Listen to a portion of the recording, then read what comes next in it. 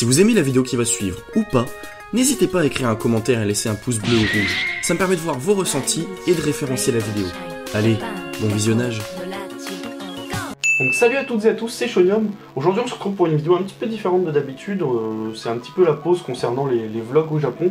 En fait, je voudrais vous présenter une seconde application. Souvenez-vous, l'année dernière, je vous avais présenté une application où vous pouvez apprendre le japonais, il y avait la grammaire, du vocabulaire et tout. Et ben, depuis j'utilise une autre application en complément, je tiens à le préciser, c'est pas pour remplacer ou quoi. Je vais vous la présenter, alors il s'agit de l'application disponible sur Android, je sais pas si elle est sur iPhone, parce que j'ai pas d'iPhone, qui s'appelle Apprendre le japonais gratuit. Donc le nom il est un peu pourri. Il faut savoir que cette application, elle a été téléchargée plus de 1 million de fois, comme vous pouvez le voir, donc elle est assez populaire. Vous avez une version gratuite qui propose un nombre de leçons maximum par jour, je crois. Et une version payante, ça doit être 5 ou 10 euros, qui donne accès à tout en fait, tout. Vous pouvez regarder les avis, hein, c'est une super application. Elle est vachement bien notée, parce que tout simplement, elle est super ludique. C'est un concept que j'avais jamais fait, et qui permet d'apprendre sans s'ennuyer en fait. On a l'impression de jouer à un jeu vidéo sur son portable en fait, quand on apprend. Je tiens aussi à préciser que c'est pas du tout une vidéo sponsorisée, on pourrait peut-être le croire, mais en fait pas du tout. Si je présente cette application, c'est juste parce que je l'utilise et que je l'aime bien et que je veux vous la conseiller, tout simplement. Donc on va rentrer dans le vif du sujet, je vais ouvrir l'application. Donc ça se présente comme ça, vous avez un espèce de parcours, vous avez des leçons journalières à faire, etc. Vous avez plein de choses en fait. Plein de thèmes différents, donc moi j'ai le pack complet, hein. Je l'ai acheté l'année dernière du coup. Vous avez plein de thèmes au restaurant, à l'aéroport, l'hôtel, machin, il y a plein de trucs. Ça c'est un petit peu le bordel, vous avez un petit peu tout, n'importe quoi. Sinon vous avez des onglets juste en dessous. Vous avez l'onglet cours qui vous propose du coup directement, s'il veut bien y aller, directement les leçons qui sont répertoriées, pardon. Et du coup, l'avantage de cette application, c'est qu'elle vous propose un programme à suivre vraiment tous les jours. Tous les jours, elle va vous proposer une leçon, souvent en rapport avec celle que vous avez fait la veille, ou la continuité, ou un truc du style, ce qui va vous permettre de ne pas vous perdre. Donc on va directement faire une leçon, histoire de vous montrer un petit peu comment ça se passe là-dedans. Vous avez des statistiques en fait, suivant ce que vous faites. Donc là, j'ai pas utilisé l'application depuis un moment. Vous voyez qu'il n'y a rien du tout d'affiché, mais vous avez des statistiques pour voir un petit peu si vous évoluez, si vous y arrivez, etc. Les croix, en fait, ça correspond aux leçons journalières. Une fois que vous faites une leçon journalière, ça vous fait une petite encoche. Et quand vous avez fait toutes les leçons de la semaine, vous avez un espèce de gros contrôle de la semaine qui vous permet du coup de voir un petit peu où vous en êtes. Donc c'est parti, on va faire une leçon, on va faire la première.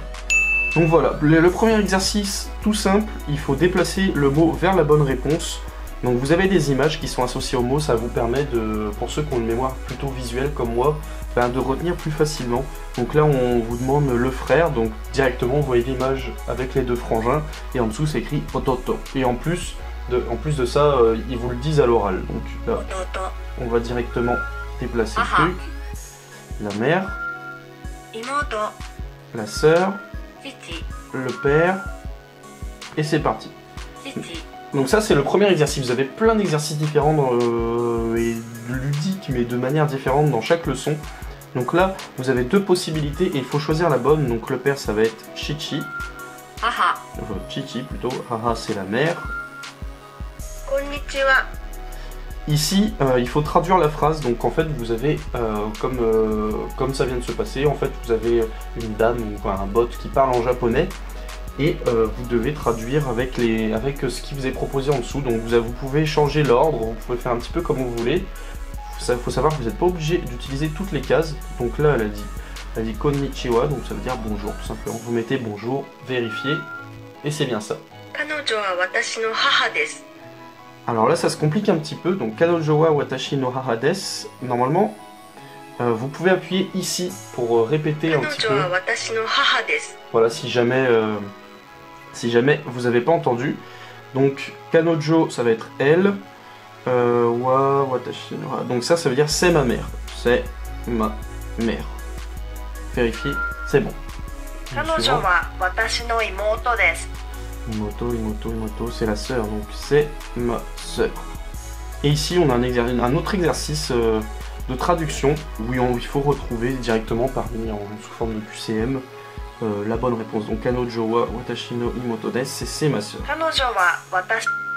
Voilà. こんにちは。 Konnichiwa, bonjour. Voilà, donc c'est comme ça que ça se présente, les leçons. Vous avez des jeux comme ça. 妹。 Bon, pousse-toi. Et à la fin, il y a une petite musique. À la fin, vous avez vos statistiques du coup. Statistiques du jour, le temps que vous mettez, etc. Enfin, il y a plein de trucs. Je voulais aussi vous montrer la conversation, parce qu'il faut savoir qu'en fait la leçon, donc il y a la leçon comme ça qu'on vient de faire, et toujours dans la même rubrique, dans la même leçon bonjour qu'on a commencé tout à l'heure, vous avez la possibilité de converser avec un bot, tout simplement, qui va vous parler, et vous parlez avec le micro, et le téléphone comprend ce que vous dites, et en fait voilà, vous échangez directement pour pratiquer japonais.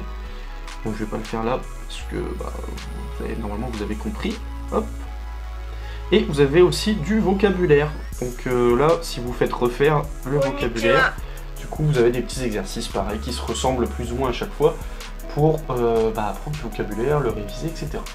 Voilà, donc écoutez, j'espère que cette application du coup vous sera utile. Je voulais vous présenter ça parce que c'est une application que j'utilise quand même depuis pas mal de temps et que j'ai trouvé vachement ludique, qui donne envie d'apprendre. C'est pas juste des mots qu'on est là à se répéter sans arrêt dans la tête.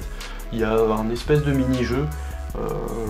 Ça aurait été bien si c'était lié par exemple à l'univers manga, des trucs comme ça, s'il y a des gens qui aiment ça. Peut-être que ça existe, une application similaire, j'en ai aucune idée. En tout cas, j'espère que vous en ferez bon usage. N'hésitez pas, ceux qui vont l'utiliser, à me donner votre avis, si cette application vous est utile, etc. Moi, je vous souhaite une bonne journée. N'hésitez pas à partager la vidéo, mettre un petit like si vous aimez. Et puis on se retrouve du coup au Japon pour la suite des aventures. Allez, salut à tous!